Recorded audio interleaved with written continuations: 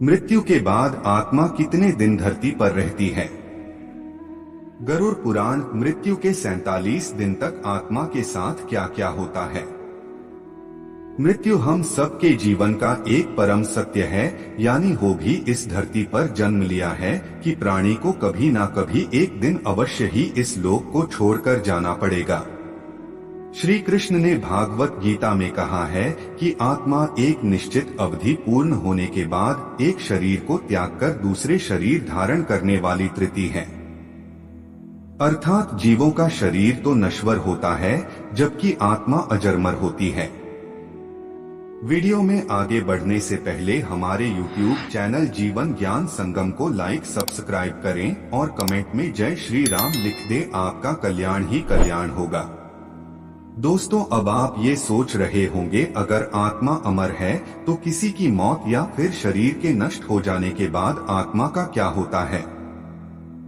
तो दोस्तों, मैं आपको बता दूं कि मरने के बाद आत्मा के साथ क्या होता है। इसका वर्णन हिंदुओं के पवित्र पुराणों में एक गरुड़ पुराण में मिलता है, जिसमें ये भी बताया गया है कि मृत्यु के कितने दिनों बाद आत्मा यमलोक पहुंचती है और रास्ता में उस आत्मा को किस किस प्रकार की समस्याओं का सामना करना पड़ता है।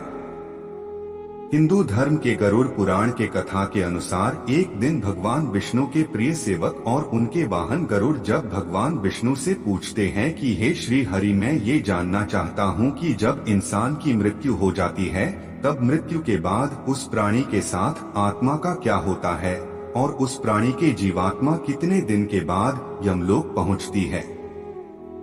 तब भगवान विष्णु अपने वाहन गरुड़ से कहते हैं कि हे गरुड़, जब कोई जीव अपना शरीर त्याग करता है यानी उसकी मृत्यु होती है तो उस जीव की आत्मा 47 दिनों के बाद यमलोक पहुंचती है और इन 47 दिनों के अंदर उस जीव की आत्मा कई प्रकार की दुखों और यातनाओं को सहकर गुजारना पड़ता है। आगे भगवान विष्णु कहते हैं कि जब भी किसी जीव की मृत्यु होने वाली होती है तो सबसे पहले उस प्राणी की आवाज चली जाती है और जब अंतिम समय आता है तो मरने वाले व्यक्ति को कुछ पल के लिए दिव्य दृष्टि मिलती है। इस दिव्य दृष्टि में मनुष्य अपने जीवन में किए हुए अच्छे बुरे सभी कर्मों को और संसार को एक रूप में देख रहे हैं। लगता है उस जीव की संपूर्ण इंद्रियां शिथिल हो जाती हैं। उसके बाद मृत्यु के समय यमलोक से 2 यमदूत उन्हें लेने आते हैं। यमदूतों को देखते ही आत्मा डर जाती है और शरीर से बाहर निकलने वाला जाता है। जैसे ही आत्मा शरीर को त्याग कर शरीर से बाहर निकलती है, वैसे ही यमदूत उस जीवात्मा के गले में पाश फेंककर बांध देते हैं और उसके बाद यमदूत उस जीवात्मा को लेकर यमलोक की ओर पर स्थापन कर जाते हैं। मृत आत्मा का सफर। गरुड़ पुराण के अनुसार यदि मरने वाली जीव पुण्यात्मा हो तो उसे परमात्मा उसे जीवात्मा को भगवान के द्वारा वाहन से लाने के लिए भेजते हैं। लेकिन अगर वह जीवात्मा अधर्मी, पापी और नीच है तो उसको यमलोक के रास्ते में आने वाले गर्म वातावरण, अंधेरे और आग के रास्ते और बैतरणी नदी से होकर गुजरना पड़ता है। उस पापी आत्मा को यमलोक पहुंचने पर कई प्रकार की यातनाएं उसे दी जाती है। फिर उसी दिन उस आत्मा को आकाश मार्ग से वापस उसी के घर में छोड़ दिया जाता है जिस घर में उसने अपना शरीर त्याग दिया था, ताकि उसके परिवार वाले रसोई में कर्म कर सके। यानी 12 दिनों तक आत्मा अपनों परिजनों के बीच रहती है और जब 13वें दिन जब उस आत्मा का पिंडदान किया जाता है तब उस आत्मा को यमदूत एक बार फिर से लेने आ जाते हैं। इसीलिए दोस्तों, हिंदू धर्म में ऐसा माना जाता है कि मनुष्य की मृत्यु के 10 दिन तक पिंडदान जरूर करना चाहिए। पिंडदान से सूक्ष्म शरीर को चलने की शक्ति मिलती है। फिर भी इसके बाद आत्मा का यमलोक तक का सफर कठिन होता है। उसके बाद शुरू होता है बैतरणी नदी को पार करने की यात्रा।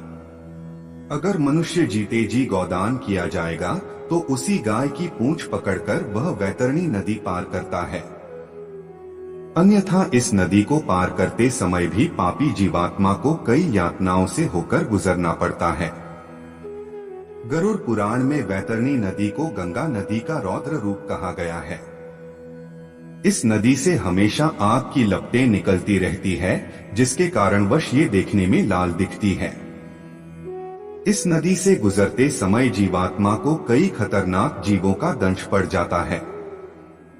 इस नदी से गुजरते समय आत्मा को ऐसा महसूस हो रहा है जैसा माना जाता है जैसे कि कोई उसे इसमें डुबोना चाह रहा हो।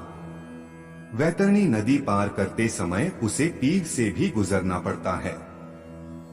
इस तरह पापी जीवात्मा को इस नदी को पार करने में 47 दिन का समय लगता है। उसके बाद जीवात्मा यमदूतों के साथ यमलोक पहुंच जाती है, जहां उसे उसके कर्मों के अनुसार सजा भुगतने के लिए नर्क में भेज दिया जाता है। इसलिए दोस्तों, अगर आप मृत्यु के पश्चात इस तरह के कष्टों को नहीं भोगना चाहते हैं तो अपने जीवन काल में अच्छे कर्म करें, क्योंकि चाहे आप जिसके लिए भी जीवन भर बुरे कर्म करते हैं, ये याद रखिए कि मरने के बाद कष्टों को भोगने के लिए एक के साथ साथ वहाँ कोई नहीं होगा।